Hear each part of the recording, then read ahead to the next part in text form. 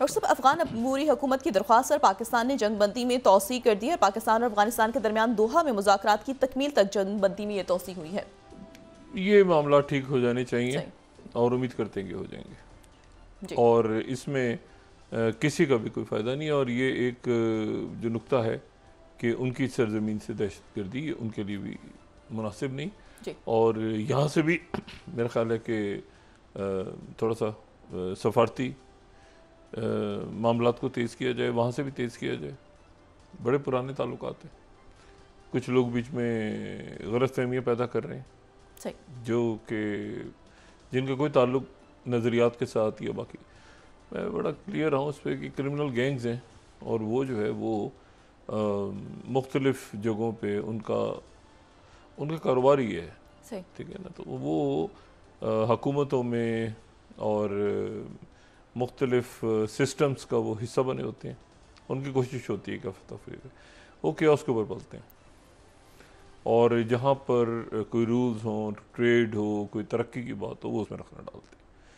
तो ऐसे अनासर को ख़त्म करने की बात होनी चाहिए मेरे ख्याल से, ताकि आगे बढ़ें। और इसमें नुकसान आवाम का होता है, लोगों का होता है। तो उम्मीद करता हूँ कि ये सीज़ फायर जो है ये एक मुस्तकिल दोस्ती की तरफ मामला जाएगा, और सीज़ फायर कोई हल नहीं है। एक मुस्तकिल अमन होना चाहिए, अकाबरीन बैठें दोनों तरफ से और मामलात को हल करें, और मैं उम्मीद करता हूँ कि हो जाएंगे। बहुत काफ़ी इसकी वजह से जो है ये नुकसान हो रहा है। अच्छा, एक तो बात ये होगी। दूसरी बात यह है कि इस कदर वाक़यात फिर वही बात, इस कदर तेज़ी के साथ वाक़यात पेश आ रहे हैं कि वो हर 24 घंटों में कुछ मामलात हल होते हैं, कोई नई पेचीदगियाँ पैदा हो जाती हैं, वो पेचीदगियाँ ख़त्म करने की कोशिश हो रही होती है तो कुछ कम हो जाती हैं, कुछ मज़ीद बढ़ जाती हैं पेचीदगियाँ। तो वो एक मामला जो है दुनिया के, और वो मैं बड़ी क्लैरिटी के साथ कई सालों से डिस्कस कर रहा हूँ कि ये हम एक ऐसे दौर से गुज़र रहे हैं जहाँ पर चूँकि ऑर्डर्स डिसऑर्डर्स, करोड़ों लोग ख़त्म हो गए थे जब ये ऑर्डर तब्दील हुआ था पिछली सेंचुरी में। सही। ये उससे पिछली सेंचुरी में जब एक ऑर्डर से दूसरे ऑर्डर की तरफ जाया जाता है तो उसमें जंगें और एम्पायर्स टूटती हैं, एम्पायर्स बनती हैं, बहुत कुछ होता है। तो ये फेज़ कब जाके ख़त्म होगा, कब एक नया ऑर्डर जन्म लेगा, तो उसके दरमियान ये टर्मोइल चल रहा है। ठीक है, और मतलब है इसमें कितने पोल्स होंगे, क्या होगा। अल्टीमेटली तो अमेरिका और चाइना ही है, लेकिन दरमियान में मिडिल पावर्स भी हैं जो चाहेंगी कि हम दरमियान में दोनों तरफ अपने ताल्लुकात को बेहतर रखें। और तो अभी ये मामला जो है ये चलेंगे, बहुत सारे फ्रंट्स खुलेंगे, कुछ बंद होंगे, और ये चलता रहेगा सिलसिला एक अरसे तक। अच्छा, इसमें ज़ाहिर है रेयर अर्थ मिनरल्स, मुझे याद है मैंने आज से 5-7 साल पहले जब डिस्कस किया था तो काफ़ी मुझे कॉल्स आई, क्या बोरिंग बात कर रहे हैं, रेयर क्या हो गया, आप रेयर अर्थ मिनरल्स को डिस्कस कर रहे हैं टीवी पे, ये 2019 18-19 में, ये क्या आप रेयर अर्थ मिनरल्स को डिस्कस कर रहे हैं, ये क्या, इनमें क्या फजूल बातें हैं, ये इनमें क्या रखा हुआ है। पूरी जंग ही इस वक्त दुनिया में रेयर अर्थ मिनरल्स पे हो रही है, ऑयल से ज़्यादा। अच्छा, बहरहाल तो मैं ऐसे भी कह रहा हूँ कि इसमें जो है ना ये अब 24 घंटों हम तो एक तरह से डायरी और रिवाइज करते हैं, सारी चीज़ें देखते हैं कि कहाँ पे मामलात करें। तो ज़रा शुरू करते हैं, गज़ा पर भी बहुत कुछ हो रहा है, अफ़गानिस्तान की बात देखें किस तरफ जाती है आगे, और बहुत कुछ हो रहा है। लेकिन शुरू जो है वहीं से करते हैं जहाँ कल किया था। कल बात हमने ख़त्म की थी कि प्रेसिडेंट ट्रम्प जो है वो एक तवील कॉल कर रहे हैं प्रेसिडेंट पुतिन से, और वो उस वक्त कॉल कर रहे हैं जब यूक्रेन के सदर ज़ेलेंस्की जो हैं वो 20 घंटे की या उससे ज़्यादा, 10 घंटे ट्रेन, 10 घंटे जो फ़्लाइट, और फिर उसके दरमियान में जो भी उन्होंने वाशिंगटन में टाइम गुजारना है या उससे पहले पोलैंड में गुजारना है, जो भी ये नॉन स्टॉप फ़्लाइट है जो कि पोलैंड से फिर जाती है, और ये कमर्शियल फ़्लाइट नहीं होती, इसको सिक्योर करती है नेटो की जो फ़ौजी हैं जिसमें ज़ेलेंस्की ट्रेवल करते हैं। अच्छा ये लेकिन जो कीव से जब ट्रेन निकलती है ना तो वो ज़रा मसला, क्योंकि कीव के अंदर तो यूक्रेन की फोर्सेस ही हैं, वहाँ तो नेटो फोर्सेस नहीं हैं, तो वहाँ से बड़ी फिर सिक्योरिटी के साथ उनको वहाँ से पोलैंड की सरहद तक लाया जाता है वो जो ट्रेन है।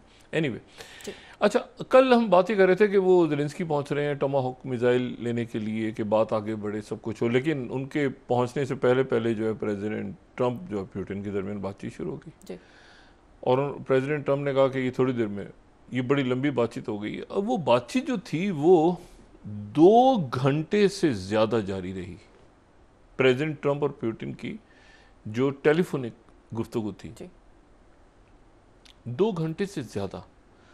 और उसके बाद प्रेसिडेंट ट्रंप ने जो है एक बहुत तफसील से पूरा एक उन्होंने एक ख़त तहरीर किया टू सोशल पे कि उस गुफ्तगू में क्या हुआ। उस गुफ्तगू का लुब्बे लवाब ये है कि गुफ्तगू में दोबारा प्रेसिडेंट ट्रंप और प्रेसिडेंट पुतिन के दरमियान मोहब्बतें जाग उठी, और ज़ेलेंस्की जो है फिर दोबारा एक बस की तरफ, बस के नीचे जो गए हुए हैं। ये मैं मजाक बात कहता हूँ, लेकिन हकीकतन चूँकि ऐसे ही होता है। मुझे बताइए क्या ये क्या तरीका है, ये कोई बात है भला कि प्रेसिडेंट ज़ेलेंस्की वहाँ टोमाहॉक लेने पहुँचे हैं जी। और यहाँ प्रेसिडेंट ट्रंप आगे से क्या लिख रहे हैं, ये ज़रा आप सुने। वो कहते हैं कि आई हैव जस्ट कंक्लूडेड, ये फर्स्ट अगर हम देखें उनका, I have just concluded my telephonic conversation with president Vladimir Putin of Russia, very productive one, ज़बरदस्त, मज़ा आ गया। पुतिन ने मुबारकबाद दी उन्हें और अमेरिका को कि आपने ये मिडिल ईस्ट में जो अमन कायम किया है, ज़बरदस्त काम किया आपने, और ऐसा जो कि has been dream for centuries, सदियों से जिसका ख्वाब देखा जा रहा था, आपने वो काम कर दिया प्रेसिडेंट ट्रंप। शहद। अच्छा, I actually believe that the success in the Middle East will help in our negotiation in attaining an end to the war with Russia Ukraine. ठीक है, ये प्रेसिडेंट ट्रंप बता रहे हैं। अच्छा, प्रेसिडेंट पुतिन ने फिर जो फर्स्ट लेडी हैं मेलिना, उनका शुक्रिया अदा किया। वो मेलिना जो है वो बच्चों के साथ, और ये जो यूक्रेन वॉर के अंदर, यूक्रेन रशिया वॉर, उसमें मेलिना जो खत वत लिख चुकी हैं। एनीवे वो बड़े अप्रिशिएटिव थे। प्रेसिडेंट ट्रंप का बड़ी तारीफ़ें की मेरी, और ये भी कहा कि दिस विल कंटिन्यू। और फिर उसके बाद उन्होंने बड़ा टाइम लगाया trade between Russia and United states when the war with Ukraine is over. इस जंग को जल्दी ख़त्म करें ताकि बातचीत आगे बढ़े, कोई ट्रेड, कोई पैसा, कोई तिजारत, कोई काम धंधे की, कारोबार की बात हो। ये क्या है बीच में, आपने ये क्या जंग छिड़ी हुई है। अच्छा, जब बातचीत ख़त्म हुई तो हम दोनों एग्री कर चुके थे कि एक मीटिंग होगी हाई लेवल एडवाइजर्स की अगले हफ्ते।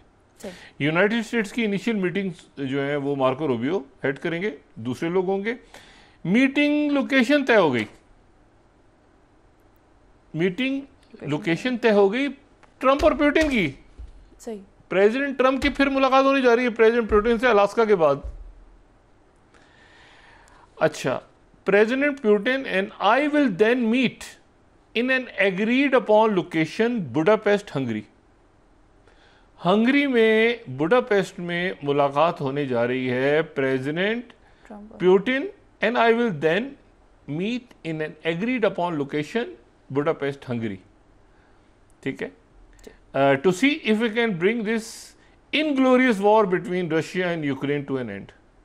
President Zelensky and I will be meeting tomorrow, और हम इसमें डिस्कस करेंगे कि पुतिन से क्या बात हुई, और बहुत ज़बरदस्त प्रोग्रेस हुई आज की कन्वर्सेशन में। चलें जनाब, अल्लाह खैर सलाह। यानी प्रेसिडेंट, अब इसको इसमें से निकालते हैं कि क्या बात हुई। पहली बात तो ये है कि 2 घंटे तवील गुफ्तगू हुई प्रेसिडेंट पुतिन की और प्रेसिडेंट ट्रंप की।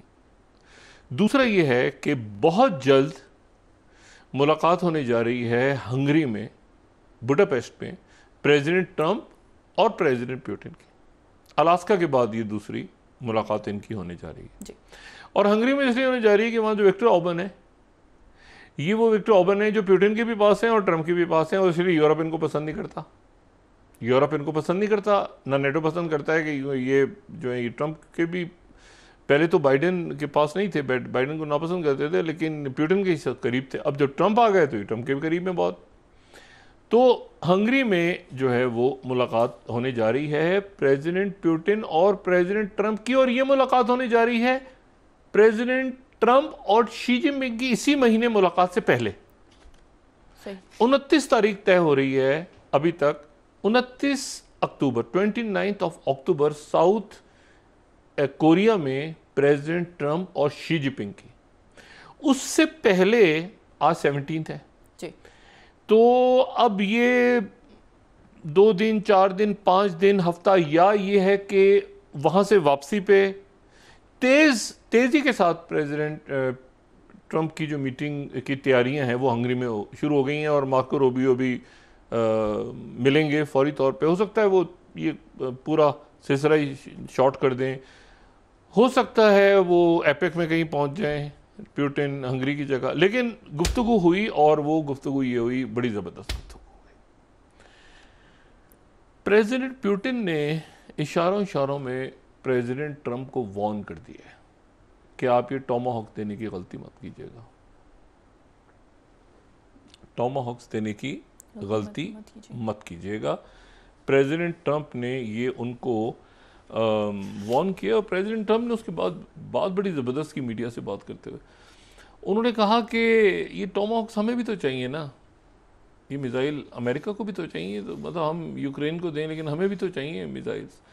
और यहाँ पे मैं कीव इंडिपेंडेंट कोट कर रहा हूँ, 3rd, we need them to, Trump hesitant of providing Tomahawk missiles to Ukraine following call with Putin.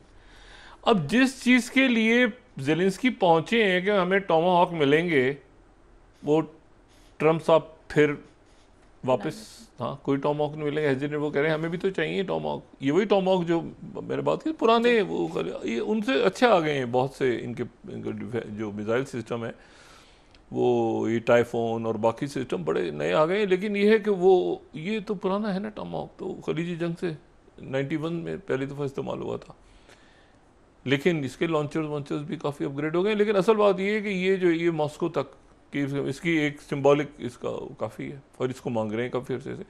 ये $1.3 मिलियन का एक है, और इसको तैयार थे फंड करने के लिए यूरोप वाले। अब यूरोप वाले सर पकड़ के अब वो मुकम्मल बेजार होते हैं। अब वो ना नेटो का नाम लेंगे, ना यूरोप का नाम लेंगे, ना ज़ेलेंस्की का नाम लेंगे। वो जो करना है करें प्रेसिडेंट ट्रंप, ठीक है ना। हम अपने अपने मुल्कों को संभाल रहे हैं, तो तंग आ चुके हैं। मगर प्रेसिडेंट ट्रंप फिर जो है पुतिन की तरफ से लगे दोबारा, ज़ेलेंस्की को बुला के टोमाहॉक्स मैं दूंगा ज़ेलेंस्की को, और फिर वो कहते हैं कि क्या आदमी है पुतिन, क्या बंदा है, बंदा हो तो पुतिन जैसा हो। और ये जो है ये वॉशिंगटन पोस्ट इसके ऊपर तबसरा कर रहा है। अच्छा, 4th, ahead of Zelensky meeting, Trump shows signs he might not be ready to send Kyiv Tomahawk missiles. अब वो फिर क्या आ रहे हैं वहाँ पे, एक लेक्चर सुनेंगे, प्यार मोहब्बत होनी चाहिए, जाओ मिलो पुतिन से, माफ़ी वाफ़ी मांगो, ये करो वो करो। उधर वो पुतिन ने भुरकस निकाल दी है यूक्रेन का, वो इलाके सारे जाते जा रहे हैं, कब्ज़ा होता जा रहा है, आखिर में वही होगा ना कि वही इलाके वो जो तस्लीम करने हैं उनके पास। और वो तो ये जो है ये अब टेलीग्राफ क्या लिख रहा है इसके ऊपर, Trump meeting 5th, Trump meeting Putin in Budapest is a blow to Europe. मैंने कहा EU भी तंग आ गया, अब यूरोप भी तंग आ गया, इतना तंग आ गए सारे, फिर पुतिन और ट्रंप की मुलाकात होने जा रही। अब जरा सोचें, अभी वो अलास्का के शौक से, आपको पता है ना अलास्का में क्या हुआ था, वो मिले थे फ्राइडे को, और फ्राइडे को मीटिंग करके उन्होंने कहा था पीर के दिन आ जाएं ज़ेलेंस्की मिलने। तो ज़ेलेंस्की को फिर बॉडी गार्ड्स गए थे उनके साथ, पूरा यूरोप गया था उनकी हिफाजत करने के लिए, जिसको दूसरे कमरे में बिठा दिया था प्रेसिडेंट ट्रंप ने। ऐसे ही हुआ था ना, वहाँ पे सारे मैक्रोन, पियर स्टेमर, ये चांसलर, ये वो सब। अब मसला ये है कि अब वो उनका जो करना है, ज़ेलेंस्की जाने, ट्रंप जाने, पुतिन जाने, हम किस रौले में पड़ गए बीच में आके हमें जो है हमारी मईशत तबाह हो गई, इधर सारे जो हैं ये इमिग्रेंट्स आ गए, कोई सर पैर है नहीं, वहाँ पे राइट विंग की पार्टीज आगे बढ़ना शुरू हो गई हैं। मतलब एक तबाही, गैस की पाइपलाइन उड़ा दी, कभी कुछ हो गया, ये हो गया, वो सारा कर करा के प्रेसिडेंट कह रहे हैं मैं तो ट्रेड की बात करना चाह रहा हूँ।